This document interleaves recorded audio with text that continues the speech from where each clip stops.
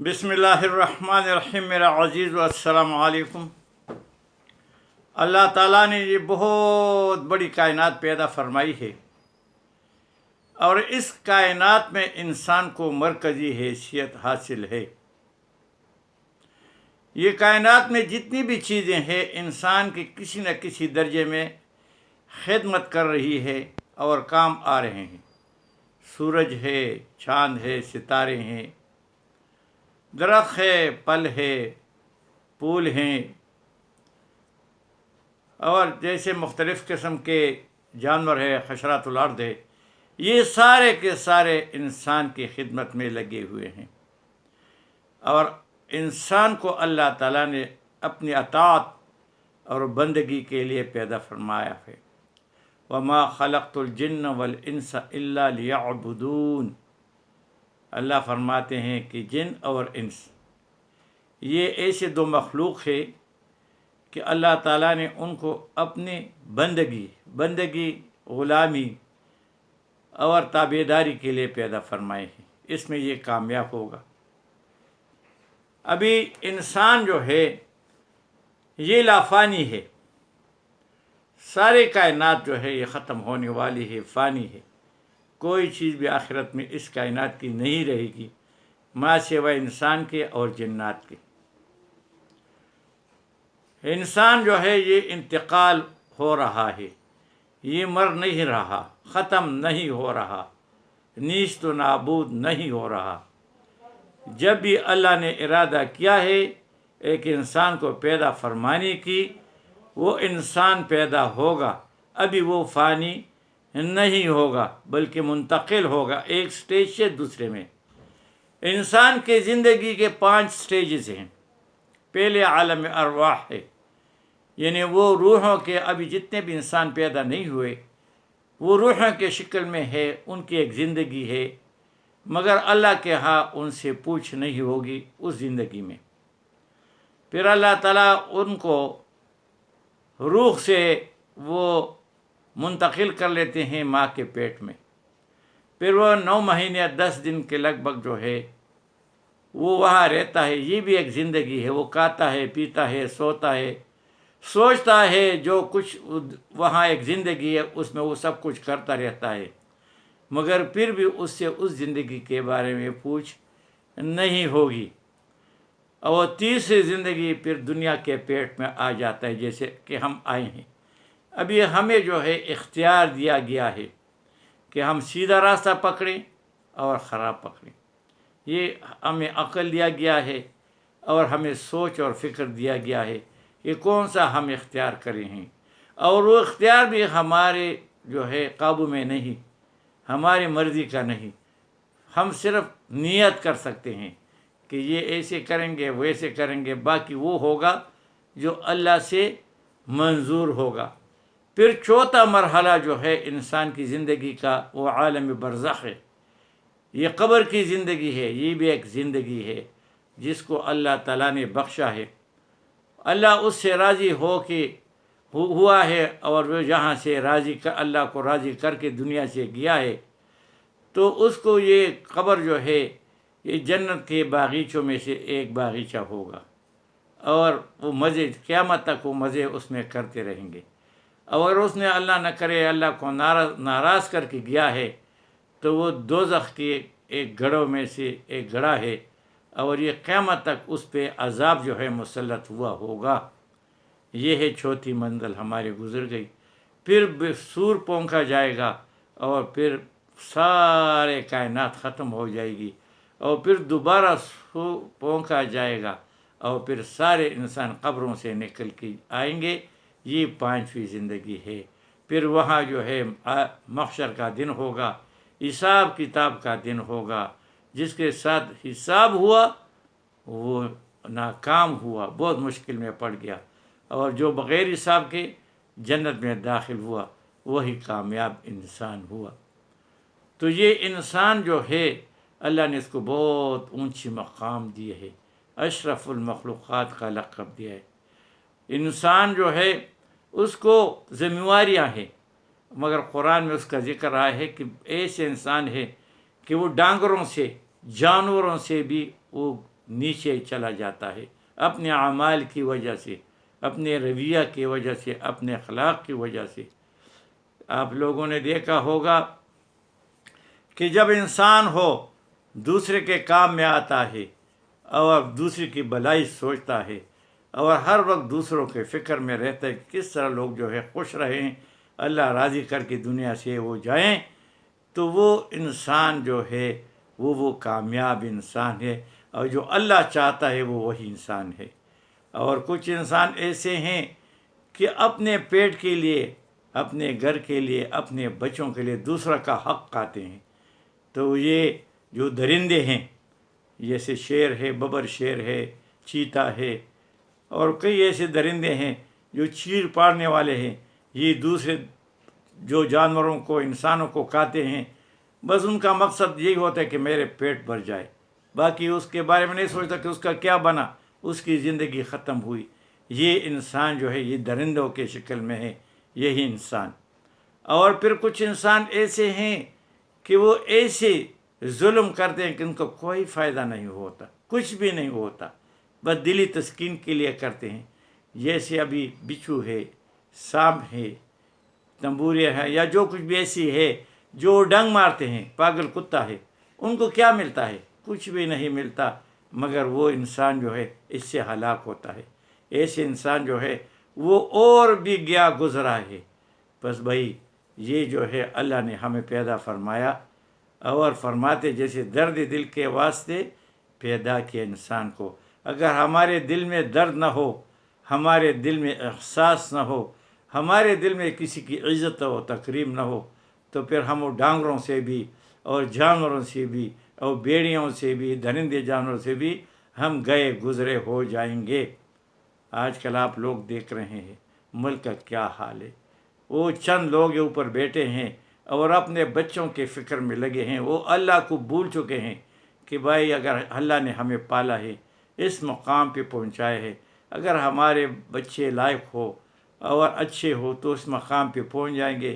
ہمیں اس کے کیا فکر ہے کہ ہم اس کے فکر میں لگ جائیں، اور ہم یہ تو استغفر اللہ استغفر اللہ کہ ہم اللہ کی مشیت کو نہیں مانتے۔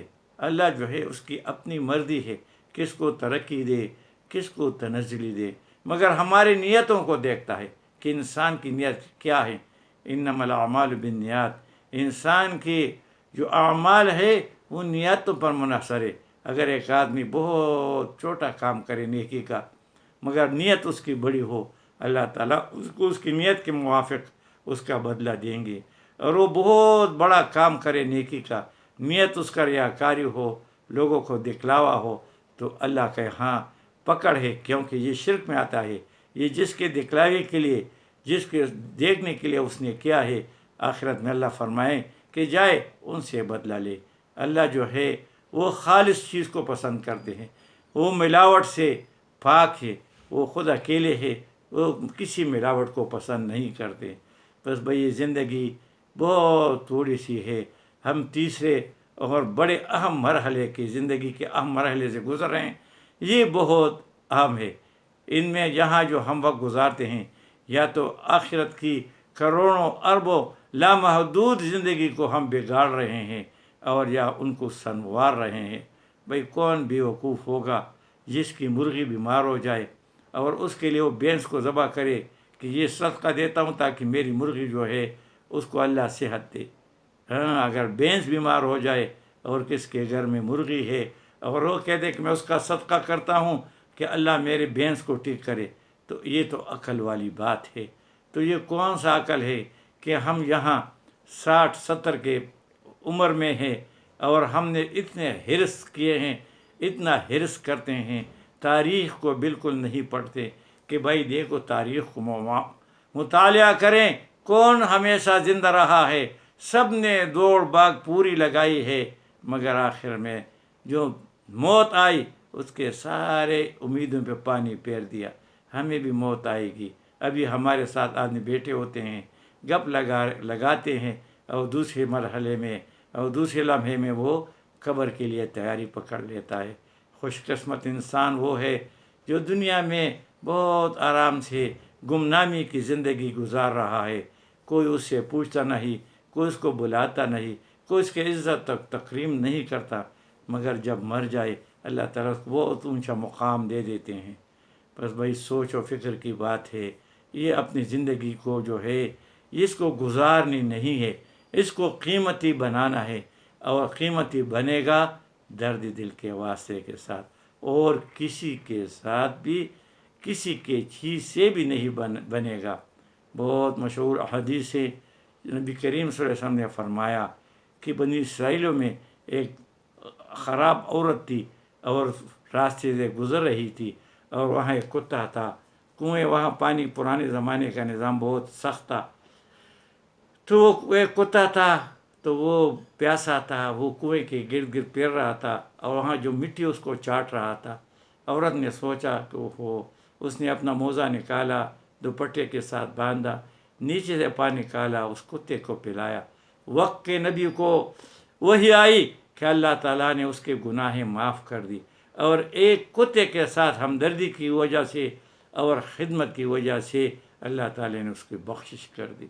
ہم کتنے لوگ ہیں کہ ان کو ہاتھ سے نوالا چھینتے ہیں، ان پر مختلف قسم کے ٹیکس لگاتے ہیں، اور پھر خودکشیوں پہ وہ لوگ آ جاتے ہیں کہ کیا کریں گے، پہلے کھانے کا کچھ نہیں مل رہا، 1000 کی جو تھی ایک، اس وقت یہ توڑا تھا 20 کلو کا، ابھی وہ 3000 کا، کون یہ کر سکتا ہے؟